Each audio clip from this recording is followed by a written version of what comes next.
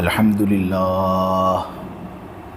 لله نحمده ونستعينه ونستغفره ونؤمن به ونتوكل عليه ونعوذ بالله من شرور أنفسنا ومن سيئات أعمالنا من يهده الله فلا مضل له ومن يضلله فلا هادي له ونشهد أن لا إله إلا الله وحده لا شريك له ونشهد أن سيدنا ومولانا وحبيبنا محمدا عبده ورسوله الحمد لله وكفى والصلاة والسلام على رسوله المصطفى وعلى عباده الذين ارتضى ومن بهداهم اهتدى وبآثار أهل المدينة اكتفى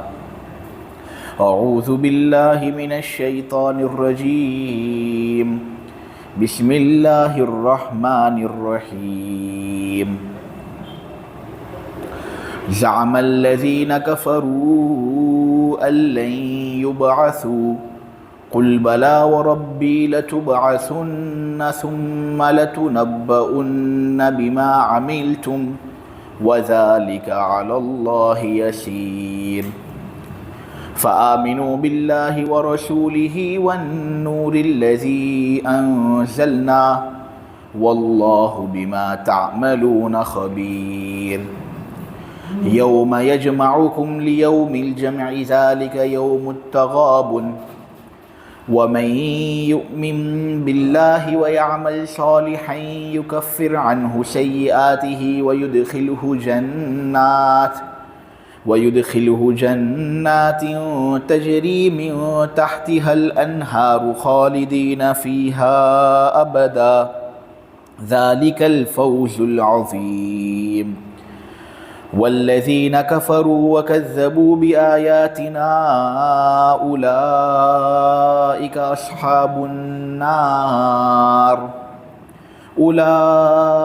أصحاب النار خالدين فيها وبئس المصير ما أصاب من مصيبة إلا بإذن الله ومن يؤمن بالله يهد قلبه والله بكل شيء عليم وأطيعوا الله وأطيعوا الرسول فإن توليتم فإنما على رسولنا البلاغ المبين الله لا إله إلا هو وعلى الله فليتوكل المؤمنون يا أيها الذين آمنوا إن من أزواجكم وأولادكم عدوا لكم فاحذروهم وإن تعفوا وتصفحوا وتغفروا فإن الله غفور رحيم إنما أموالكم وأولادكم فتنة والله عنده أجر عظيم فاتقوا الله ما استطعتم واسمعوا وأطيعوا وأنفقوا خيرا لأنفسكم ومن يوق شح نفسه فأولئك هم المفلحون إن تقرضوا الله قرضا حسنا يضاعفه لكم ويغفر لكم والله شكور حليم عالم الغيب والشهادة العزيز الحكيم صدق الله العظيم. وہ لوگ جنہوں نے کفر اپنا لیا ہے ان کا دعویٰ یہ ہے کہ ان کو ہرگز دوبارہ زندہ نہیں کیا جائے گا. اے نبی آپ کہہ دو کیوں نہیں، میرے پروردگار کی قسم تم سب کے سب کو ضرور دوبارہ زندہ کیا جائے گا، پھر جو اعمال تم نے کیے وہ سب تم کو بتا دیے جائیں گے، اور یہ اللہ کے لیے بہت آسان ہے. لوگوں اللہ پر ایمان لے آؤ، اس کے رسول پر ایمان لے آؤ، اس نور پر ایمان لے آؤ جو ہم نے نازل کیا. جو بھی کام تم کرتے ہو اللہ اس سے پوری طرح باخبر ہے۔ قیامت کا دن وہ دن ہوگا جس دن اللہ تم کو روز حشر میں جمع کرے گا، اور یہی تو ہوگا وہ دن جس میں کچھ لوگوں کی ہار ہوگی تو کچھ لوگوں کی جیت ہوگی۔ جو لوگ اللہ پر ایمان رکھتے ہیں، نیک اعمال کرتے ہیں، نتیجے میں اللہ ان کے گناہوں کو مٹا دے گا اور ان کو ایسے باغات میں داخل کرے گا جن کے نیچے سے نہریں رواں دواں ہوتی ہیں، وہ اس میں ہمیشہ ہمیشہ رہیں گے، اور یہی تو بڑی کامیابی ہے۔ دیکھو وہ لوگ جنہوں نے کفر اپنا لیا ہے اور جنہوں نے ہماری آیتوں کو جھٹلایا، یہی ہے وہ لوگ جو بڑے دوزخی ہیں، وہ اس میں ہمیشہ ہمیشہ رہیں گے۔ اور دیکھو دوزخ بدترین ٹھکانہ ہے۔ کوئی مصیبت اللہ کے حکم اور ارادے کے بغیر نہیں پہنچتی۔ جو شخص اللہ پر ایمان لاتا ہے اللہ اس کے دل کو ہدایت دیتا ہے، اور اللہ ہر چیز کو جاننے والا ہے۔ اللہ کی بات مانو، رسول کی بات مانو۔ اگر تم نصیحت سے منہ موڑو گے تو یقین جانو ہمارے رسول پر تو فقط صاف بات کو پہنچا دینا ہے، لہٰذا ہمارے رسول کے ذمے فقط صاف طریقے سے بات کو پہنچانا ہے۔ اگر تم رسول کی بات سے اعراض کرو گے تو اس میں تمہارا ہی نقصان ہے۔ تو اللہ کی بات مانو، رسول کی بات مانو۔ اگر تم روح گردانی کرو گے تو یقیناً ہمارے رسول کے ذمے تو فقط صاف طریقے سے بات کو پہنچا دینا ہے۔ اللہ کے سوا کوئی معبود نہیں۔ ایمان والوں کو اللہ ہی پر بھروسہ کرنا چاہیے۔ اے ایمان والو، یقین جانو تمہاری بیویاں، تمہارے اولاد یہ تمہارے دشمن ہیں، ان سے چوکنا رہنا۔ اگر ان سے کوئی غلطی ہو جائے اور انہوں نے پھر معافی مانگ لی تو اگر تم معاف کر دو گے اور درگزر سے کام چلاؤ گے، ان کو بخش دو گے، تو یقین جانو اللہ بھی بڑا بخشنے والا، بڑا مہربان ہے۔ یقیناً تمہارے اموال اور تمہاری اولاد آزمائش کا ذریعہ ہے، ایک فتنہ ہے۔ دیکھو اللہ ہی کے پاس بڑا اجر ہے۔ جتنا تم سے ہو سکے اللہ سے ڈرو، بات سنو، بات مانو، خرچ کرو اللہ کے بتائے ہوئے طریقے کے مطابق، تو یہ خود تمہارے لیے بہت بہتر چیز ہے۔ جس شخص کو اپنی ذات کے بخل سے بچا لیا گیا تو یہی ہے وہ لوگ جو کامیابی حاصل کرتے ہیں۔ اگر تم اللہ کو ایسا قرض دو جو بہت اچھا ہو تو اللہ اس قرض کو تمہارے لیے دگنا کر دے گا، بلکہ اس کو تمہارے لیے کئی گنا زیادہ بڑھا دے گا اور تمہیں معاف کر دے گا۔ اللہ بڑا قدردان، بہت زیادہ برداشت کرنے والا ہے۔ تمام پوشیدہ باتیں اور تمام ظاہری باتوں کا وہ جاننے والا ہے، بہت غلبے والا ہے، بہت زیادہ حکمت والا ہے۔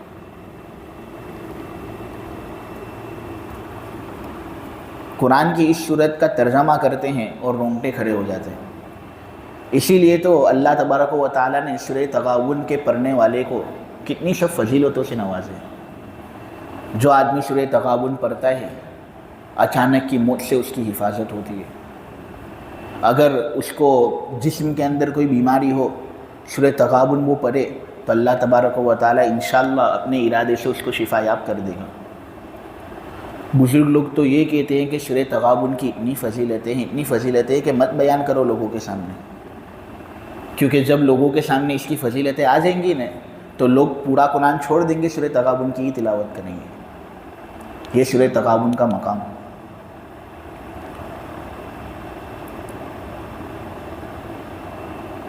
سب سے پہلی بات جو آج کے سبق میں مجھے آپ لوگوں سے کہنی ہے وہ یہ ہے کہ آیت نمبر 7 میں کافر لوگوں کا دعویٰ پیش کیا گیا کہ یہ لوگ قیامت کو صحیح نہیں سمجھتے، یہ کہتے ہیں کہ یہ کوئی چیز ہونے والی نہیں ہے، یہ تو بس ایک خیال ہے، ایک پاگل پن ہے جو لوگوں کے درمیان پھیلایا جا رہا ہے۔